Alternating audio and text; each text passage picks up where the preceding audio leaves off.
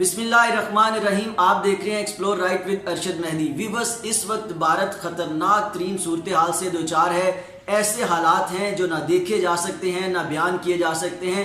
गुज़िश्ता 3 दिनों में 10 लाख नए कोरोना के केसेस रिपोर्ट हुए हैं और 8,000 से ज़ायद अमवात हो चुकी हैं। ताहम जो भारत के सरकारी ज़राए हैं या भारत के जो एक्सपर्ट्स हैं उनका ये कहना है कि जो असल फिगर है वो इससे कहीं ज़्यादा है। भारत के हर दूसरे हॉस्पिटल के बाहर ये बोर्ड लगा हुआ है कि ऑक्सीजन दस्तयाब नहीं है, अपने पेशेंट को कहीं और ले जाएं। और इसी चक्कर में पूरे भारत के जो शहरी हैं वो एक हॉस्पिटल से दूसरे, दूसरे से तीसरे, तीसरे से चौथे के चक्कर लगाते लगाते दर बदर की ठोकरें खाते खाते सड़कों पर, रिक्शों में, गलियों में, इसके साथ साथ गाड़ियों के अंदर जो है वो अपनी जानें गंवा रहे हैं। इतने बुरे हालात हैं कि सड़कों पर लाशें नज़र आ रही हैं शहरियों की।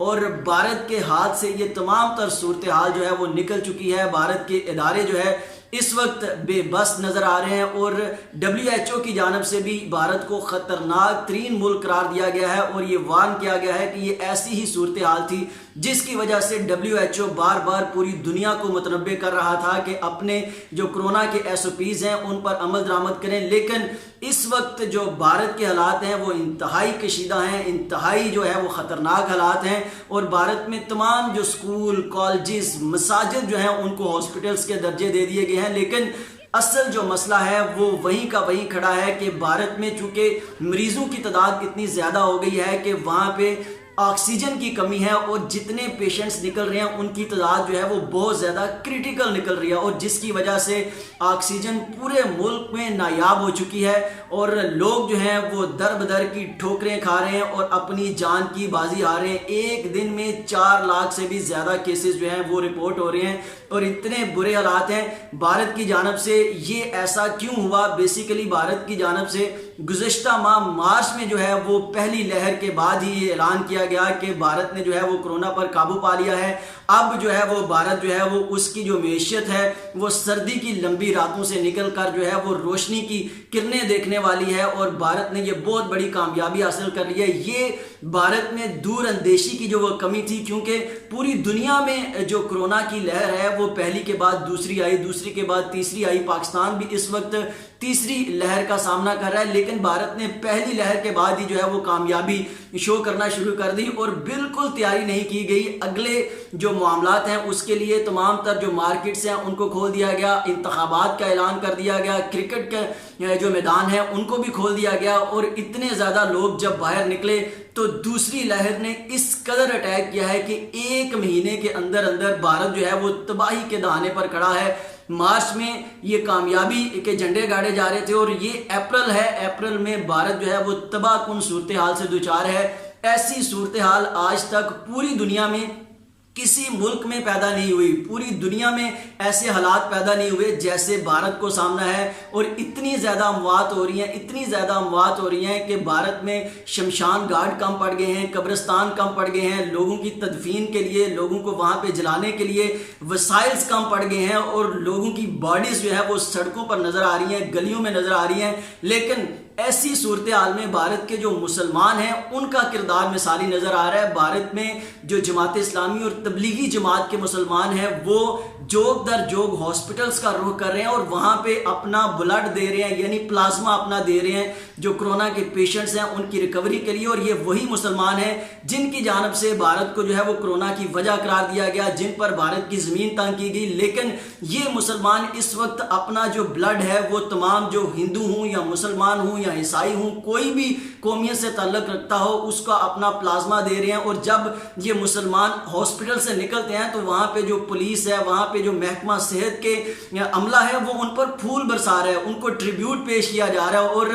तमाम एक वीडियो आपने देखी होगी वो भी वायरल हुई कि वहाँ पे जो पुलिस एहलकार हैं वो भी मुसलमानों से दुआ कर रहे हैं कि चूँकि रोज़े हैं तो आप नमाज के बाद, तरावी के बाद ये दुआ करें कि भारत जो है वो इस सूरत हाल से निकल आए, क्योंकि भारत के ऊपर इंतहाई कड़ा और बुरा वक्त इस वक्त आ चुका है। और भारत को इस हालात का जो सामना है इसकी बुनियादी वजह यही बताई जा रही है कि भारत जो है उसने दूसरी लहर की उस तरह से तैयारी नहीं की जिस तरह से करनी चाहिए थी और ऑक्सीजन की शदीद कमी जो है वो पूरे जो भारत है उसमें हो चुकी है। और इसकी एक और बड़ी वजह यह भी है कि चूंकि केसेस जैसे ही ज्यादा हुए तो भारत का जो अमीर तबका है, जो भारत के जो वसाइल रखने वाले लोग हैं, उन्होंने ऑक्सीजन जो है उसको अपने पास स्टॉक इकट्ठा करना उसका शुरू कर दिया ताकि हमारा जो अगला वक्त है वो सही गुजर सके। लेकिन हालात इतने बुरे हो गए कि इस वक्त ना गरीब के पास है ना अमीर के पास है, तमाम तर जो आबादी है भारत की उसको एक जैसी सूरत हाल का सामना है। और जिसकी वजह से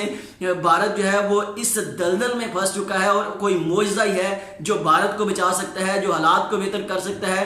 भारत की जानिब से ये कोशिश तो की जा रही है कि किसी तरह से ऑक्सीजन जो है वो लोगों को मुहैया की जाए, लेकिन फिगर इतना बढ़ गया है, तादाद इतनी ज्यादा हो गई है कि इतना मुश्किल वक्त जो है वो भारत पर आन पहुंचा है।